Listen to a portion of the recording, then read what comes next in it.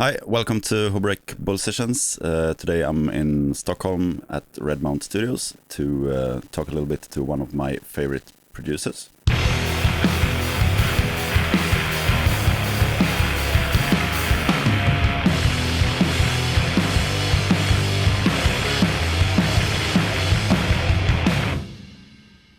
Hi, my name is Magnus Lindberg and I'm a mixing and mastering engineer mainly. I work here in my room at Redmount Studios in central Stockholm, and I also play drums sometimes in Totalt.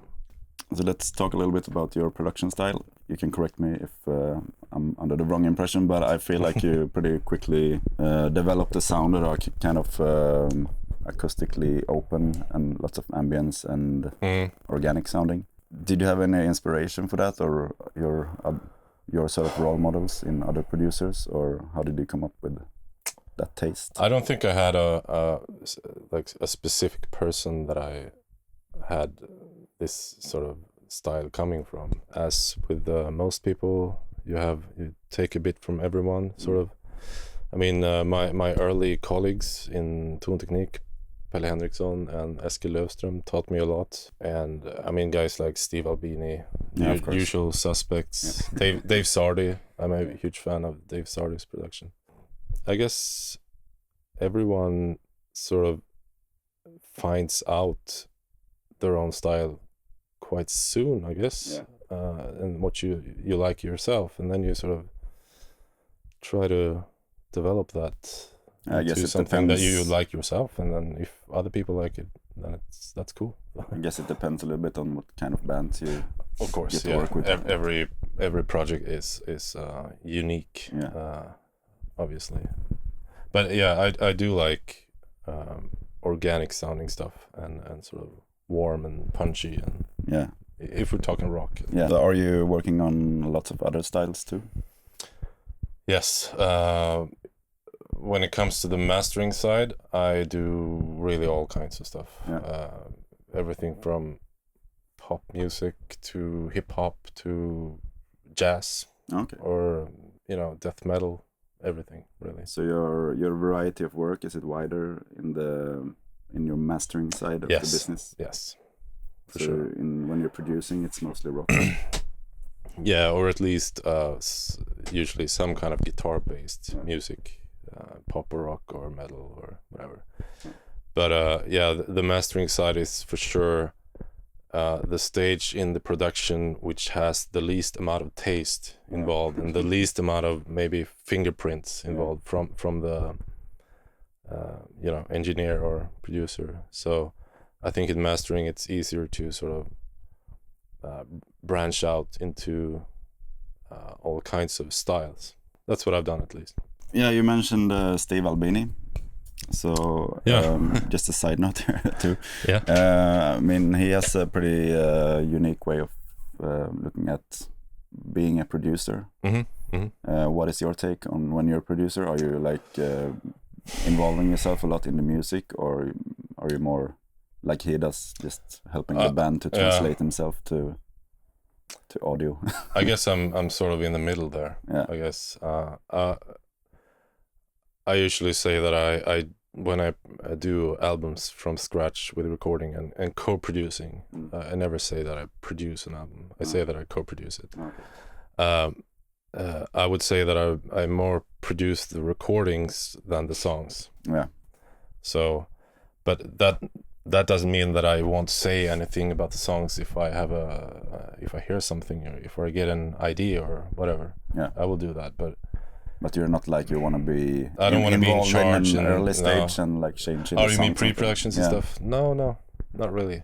I mean, I'm not against it, but it just never happened, except for with Cataluna stuff. I think I would be kind of nervous to be involved in the pre-production, because then you're responsible not only for the sound but for the songs too. And I'm not sure. I'm not sure. I think that I can go in and say to a band that this third chorus is too long. I mean, do I know that better than them? Maybe not. but I think I have kind of the same view as you, like putting yourself somewhere in the middle. Yeah. But I always think the band's decisions are like final, even if I don't like it. Yeah, I mean, I will. I mean, the band always has the last word. Yeah. But that doesn't mean I won't sort of fight for something that I think is right. But you know, if they really firm on their I mean, okay. You give discounts for if I can do it, you get it cheaper. Yeah, no.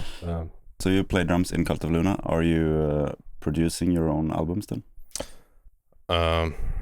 I would say that we are, as a band, producing the albums, but I've been... You're doing the engineering? Yeah, more like engineering. Most of the albums are mixed. Yeah. And some of them mastered as well. Okay, so do you see any drawbacks with working on your own music? Not really. If it would be my own band and I would be myself only, maybe. But since we're 6 guys in the band and everyone has their own inputs and contributions, you're never alone with your ideas, sort of, if that makes sense. Are the other band members also quite like experienced in the audio stuff, or is it mostly musically? Christian, the keyboard player, is quite good at, or he's really good at engineering. Yeah, I guess it's us two that's sort of the most engineering. But I mean, everybody contributes a lot when doing albums, I would say. So your latest album was together with the singer Julie Christmas. Mm-hmm. So how did you come up with the idea to work together with her? I think mostly me and Johannes were early fans of some of her bands, like Made Out of Babies. Yeah, love those. And also I was a huge fan of her solo album as well, that came out maybe 2010 or so. Okay. So I think it was Johannes' idea to do something with her, and he was also the guy, you know, in the early conversations with her, and yeah, she was into it. And then there was a massive amount of emailing, especially when recording everything. And I can imagine. So you didn't know her from before then? No, not in person, no. But she knew about Cult of Luna, obviously. Yeah. I think we knew about each other. Yeah. So, and that was a really fun thing to do, really, because she and her boyfriend Andrew, he was producing her vocals for the album now. So did they record the vocals in New York? Yeah. Okay. Yeah, in his studio. That was a fun process. Just sending. There was a huge traffic of songs and files over the internet during that period. So, yeah, but it was really fun to do the whole thing with her and Andrew. It's a really cool result. So, thank you. Congrats. Okay, so how did you get into this career? Do you have a musical background, or? Yeah, I come from my mother is both my mother and father are old music teachers. My mother is a vocal teacher, and my father back then was a flute saxophone teacher. And my dad always had a studio at home, Cubase and sequencers and some synths, DX7s and whatnot. Nice. So I sort of grew up with his studio, really. And then I guess I later found out that this line of work is the perfect thing to combine the left and the right brain halves, the technical side and the sort of creative side. So for me personally, this is a sort of a perfect job, really. Have you ever thought of doing something else, or have you always been certain of your path? Yeah, I think I did, but that was a long time ago, maybe 10 years ago, I think. In the last 6-7 years, I've sort of only focused on this. But I have a lot of other interests that I could easily imagine working with, but Yeah, that's actually an interesting question. What are those other interests? I like everything from politics to science to the sort of science of economics, the science of sociology. I like to learn stuff. Really, that's my main. Have you studied something in that line? No, only on my spare time. You know, hobby stuff. Hobbyist. Yeah, hobbyist studier. The best kind of stuff. I know that some people in this kind of work think that you should focus on one area of the work, like either being a producer or mix engineer or mastering engineer, but you seem to handle all the cards. There is some truth to that. I think they got a point. That doesn't mean that it's always true and that it's true for everyone and in every case, but I think that's a valid point. I do 95% mixing and mastering. So you could say that I've sort of specialized in post-production for music in a way. And you know, I typically only record 2 projects a year, maybe. Okay. So then you choose kind of wisely. I mean, if it's something fun, that sort of and you can be maybe in a good studio and But how do you do when you plan to do mixing for an album? Do you have requests for the band how they should record it, or? I've been thinking about writing this sort of instruction PDF for mixing for years. Never, got around to do it, but I should. I think I do have some requests. Maybe not how they record it, but more how they deliver files. I'm basically also really a big fan of bands committing on the recording side. So when you get the tracks, a lot of taste-wise choices. And just maybe not send 3 tracks of the same thing with different plugins on them. That kind of stuff. I mean, that could be valid sometimes, but I think it should be mostly want to just get the tracks that they are happy with, basically. Do you usually get like a DI guitar and stuff like that? Sometimes, yeah. But I wouldn't sort of reamp it unless I think the amp sounds really bad or they specifically ask me to do the reamps. And sometimes I've gotten only DIs and they just play with a simulator in the computer. Yeah, it's all kinds really. How do you do when you record? Do you usually take a DI from the bass and guitars in those cases too? Typically only the bass guitar. Yeah. Because that one I would use probably in the mix as well. But when I would record a band, for example, let's say a rock band, any rock band, I would just get the sound that feels good from the amps. Yeah. I mean, if there are some amps in that studio, of course, that are good. Yeah, I've actually stopped using DIs when recording too, because I feel like when you do that, it seems like you lower your threshold for what's good in the recording. Yeah. Mm-hmm. So it's better to really focus and commit to. Yeah, I know. I also think that if you record multiple mics, I like to sort of. If I dare, bounce it to one track, or maybe combine, like say you have 2 close mics and 1 room mic, to combine the close mics and then have a room mic as the right channel on the stereo track. You went to one of the more prestigious sound engineering schools in Sweden. It's the only one that's in a public university, I think. Do you think you've had a lot of advantages of the... Absolutely. Partly because you get the experience of working with really top-notch gear. Yeah. Learning, an SSL console or whatever. And also that you have to do work practice.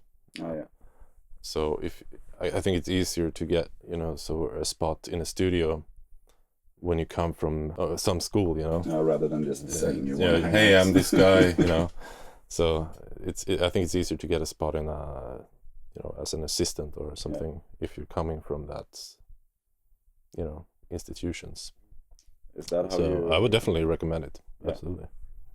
Yeah, that was my next question. Was if you would recommend it, or if people might as well learn by themselves? Both. I mean, one doesn't exclude the other. I think if you want to get good at something, anything, I think you need to put your sort of do everything you can to be good. Yeah, 10,000 hours or whatever, and then you can't do that only at school. If I understand correctly, you got your first real studio job from the internship from school? Or? Yeah, true. Back in 2002. I did my work practice from the school at Tonteknik, and then they employed me as a sound engineer at that studio. Cool. Yeah. And it was a pretty nice time to be working at that studio, I guess. There were still some budgets. Yeah. I can mention that we were talking about before, because with my band Graceful Fall, that was one of the first albums seriously I made, and I sent it to you for mastering in 2007. Maybe not specifically to me, more like you sent it to Tonteknik. Yeah. But it wasn't a bad thing that you got it, but I hope not. Pretty funny now, since feels like I have come full circle, and now I started to convince bands I'm working with to send stuff to you for mastering again. So it's 10 years ago, right? Yeah. Perfect. But I think it's a lesson that can be learned to others, because when I sent it to you for mastering then, I don't think I realized the importance of it. It was more like I heard the result, and then I thought I could get a sort of equally, not as good, but in the ballpark. And I kind of didn't understand that even if you wouldn't have changed anything, it's still a mastering job, because you are like checking everything for any issues that might be. Exactly. Sometimes if it's a really good mix, you might not do almost not anything. Maybe a touch, a couple of dBs of volume. That might be it. Mastering for me is more this sort of stamp of approval from someone hopefully somewhat experienced and with a sort of good listening environment and all that kind of stuff. I have amazing monitoring here, so that's more it than just processing on the tubas. When you're doing production and mixing, do you prefer to send it to someone else for mastering, or do you usually do it? Ideally that's better, but sometimes it's not practical to do so, especially if I've done an album from scratch, recording and everything. I would probably do sort of mixing all the way to the final bounce of the master, sort of with stems and stuff. So and that would be sort of impractical for me to send off to someone else. But when I've done so, my mixes have been mastered by someone else. I always thought it was a joy to sort of get this other person's ears. A little stress relief. Yeah. But mainly when I do master things that I mix myself, I always, if possible, have several weeks in between. Okay. So you get sort of back and you forgot how it sounds almost, and you can sort of approach it as a... Do you like listen a lot in other environments then too? But or maybe you trust this room a lot? No, I listen to mixes at home. Masters seldom. What I hear here is sort of... You trust? Yeah. I just want to go back to your taste of production, the organic stuff. And since you are a drummer, I would like to know what you think of like sample replacements and triggering and stuff like that. It's a good tool sometimes. For in mixing, I use it quite often, I would say. Not replacing, but more adding.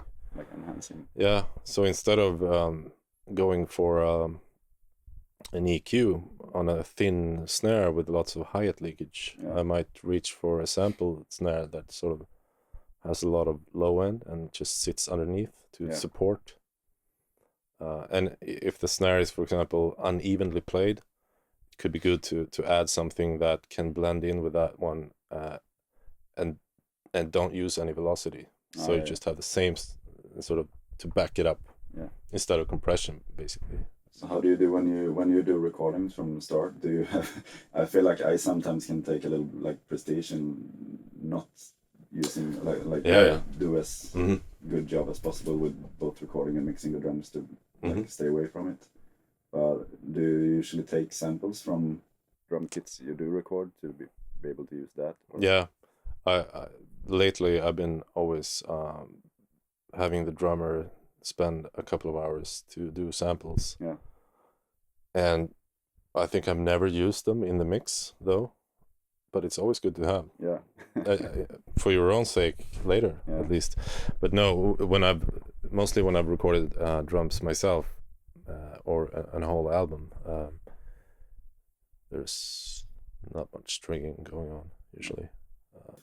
Do you have any productions you've made, either if you have produced or just mixed or just mastered, that you are specifically proud of? Oh. Or that feels like a huge thing for you? I mean, I'm proud of all the Cult of Luna albums. Yeah. It's hard to say. One album that I'm really like the sound of and the result of overall is I'm talking late stuff now, and that's a band from Belgium called Thot. Thot, that I recorded an album down in France in a studio called the Apiary. Has the studio. It's amazing, and we recorded an album there, and I mixed it here, and yeah, I'm really happy about that. But otherwise, I don't know, I can't pick and choose really. It's hard to say. You sometimes it's like you're always most satisfied with the latest work. Yeah, and that's always the case, I guess. Are there any like artist or band that are on your wish list that you really would want to work with? Yeah, for sure. It would be fun to do an album with Meshuggah. Yeah? Yeah, that would be awesome. I would actually really like to hear that kind of production. But otherwise, I mean, I haven't thought it along those lines really. All the good bands out there, really. No special sort of dream project. No. I mean, I don't know if I would be able to answer that question. You too. Yeah. No. So let's do a sort of gear run through. Yeah. Should we start from the left, this end, and go around the whole? Sure. Okay, so here's my kind of crappy guitar pedal desk. Yeah. You know, reamp boxes and stuff. It should be more pedals here, but I don't know where they are. Somewhere in the building. And then there's my sort of outboard racks. Everybody knows what this is. Yeah. Space Echo with really cool digital cores on the same sort of from Roland too? Or? Yeah. It works fine. Yeah. This baby, which is quite new, which is a stereo or dual mono tube compressor with lots of possibilities. Yeah, is it an original design, or is it based on? It's. I think it's an original design. It's this sort of old guy from the west of Sweden, Karlstad, I think, called Christer Ström. Oh yeah. And he sort of built this sort of high-end tube equipment for fun. Oh. And then he sells them privately. And so I bought this one from him. And my main use for this so far has been on lead vocals. Oh, okay. In the mix. But it's a stereo compressor, or? Yeah, you can also dual mono or dual. You can link it somewhere here. Oh. You can, yeah. So either a stereo or a dual mono. Is it separate power supply or? Yeah, it's power supply. There are about 8 tubes in here, I think. Oh, cool. And this is this sort of early digital effect, which is really crazy if you want it to be. Yeah, it's cool to distort with, lots of delays, flangers and stuff. So all these goes to my noise gate to get rid of some hum from these old machines. And this is nothing that makes a sound. This is just a cool looking box. Yeah. Then there's some mic preamps, 2 mic preamps with an EQ, this is really a mastering EQ, but I don't have enough space in my mastering rack, so this is now the sort of recording EQ. Is there also some custom build thing, or? Yeah, this is based on the the Moog. Yeah, this is exactly like a Moog, but cool. With a stepped, and you got tranny ins and outs. And so you can MS EQ. Choose to go through the transformers or not? Yeah, or? On both input and outputs. Oh, nice. Yeah. 2 1176s for tracking. Yeah. And here's a really nice, this is a box from Tontechnik. It's a tube voltage meter, but it so now works as a distortion box. And it sounds amazing when you crank this up, get really extreme stuff. And so it's a voltage meter you can run signal. And then we have XLRs here for audio. Perfect. Yeah. Yeah, my trainer combo there for reamping and stuff. Basically everything here is mastering gear. So you like to have a pretty organized work flow for the mastering? Exactly. So basically everything here is patched through this mastering console. This is the remote control for the units that are down there. Basically all this gear here is connected to this one, and then here I can patch whatever I want into the signal path in any order. So it's basically a patch bay. Okay. Well, designed for mastering, or? Yeah. So it's relay stuff. So this is exactly like connecting wires. Yeah. There's no electronics in here. And this is also a monitor controller, so I can switch speakers and do all that kind of stuff. Yeah. Here's a nice compressor, stereo compressor with distortion, which is it's a Polish compressor. This compressor is really cool. Monster. It's very dirty. Yeah, it's called the Monster. Usually I use this for drums, drum bus, because you can also do parallel in it. So it's perfect for drums. Here's a stereo tube.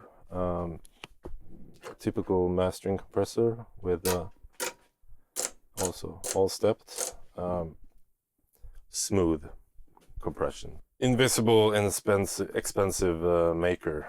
Okay. Makes stuff sounds expensive without being heard. Yeah, this is my AD and DA converter for the mastering loop. Yeah, it's a Crane song, and do you it's have great. Different systems for mastering and mixing? In mixing, I would typically have the mix bus go through this, and through whatever I want. Yeah. And I would have a second bus for drums, which goes through here. But the mix bus would be typically through this one. Over here, it's my interfaces, and that's the this is RME or. This is the RME AES EBU interface, and it's a analog SPL. And then here's a tube EQ from a Danish company called Giraffe. Yeah, they do a lot of DIY stuff too, right? Or used to do maybe. Yeah, and they're also really highly regarded pro audio brand, especially for mastering. So this is stereo equalizer with the 5 bands. Here we have a typical SSL style bus compressor with some extra features from TK Audio. Yeah, it's a Swedish brand, right? Yep, from Halmstad. Yeah. And here we have my main mastering equalizer. It's a bus audio REQ. Can do anything you throw at it. Nice. It's really awesome all-round equalizer. Nice. But is it also? You said it was tube or? No, this is no tubes. No tubes. But it's that's great. It's Class A discrete. Yeah. So it's inductor based. Oh yeah. Yeah, and then monitoring, and I have ATC monitors, which I'm really happy with, connected to subs on each side. How did you come to choose those? Did you try a lot of other stuff first? Or? Not really. My neighbor here, Niklas, has ATCs as well, and I just like the sound of them, the sort of ATC sound. And then I never tried those in my studio, but I was at music store and tried ATC monitors, and it's just something with anybody who tried ATCs loves them, I think, because they're really honest, and you have to work hard. The subs are not ATCs, but acoustic here from Stockholm called Jens Eklund, who designed them. And you have the subs in stereo too? Yeah. That's the best thing to do. Yeah.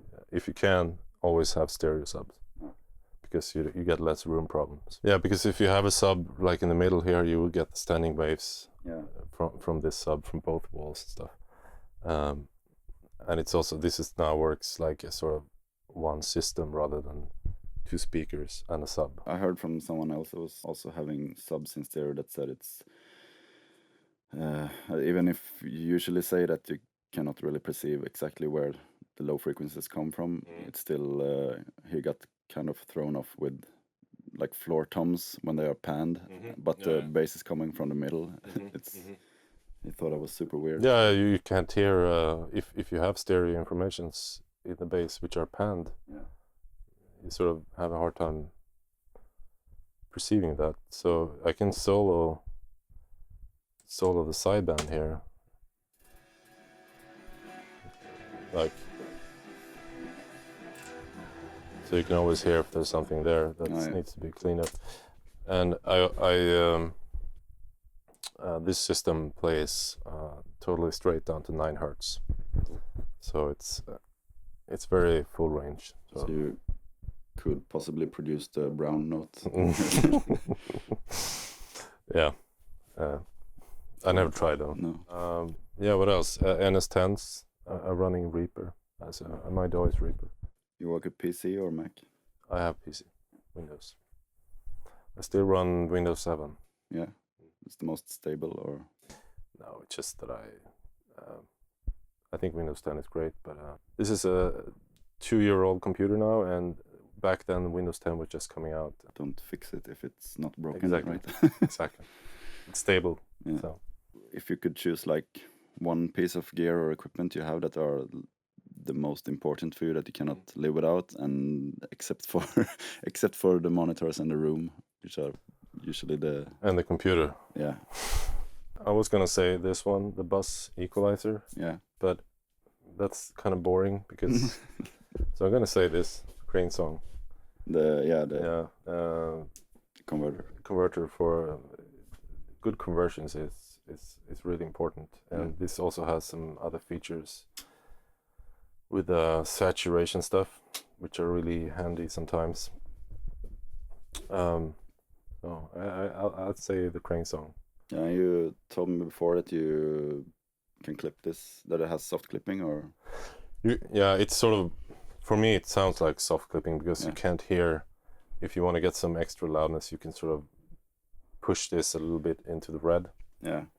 It won't sound bad at all, especially not if you have the tiny bit of saturation going on. Yeah. It's sort of like soft clicking, to my ears at least. And I don't know technically what's probably going on, maybe but a big difference between more expensive and cheaper converters. I think so, yeah. They sounds nice when they're clipped. Are there any piece of gear you feel you're missing, or that you are, like, really wish you could have?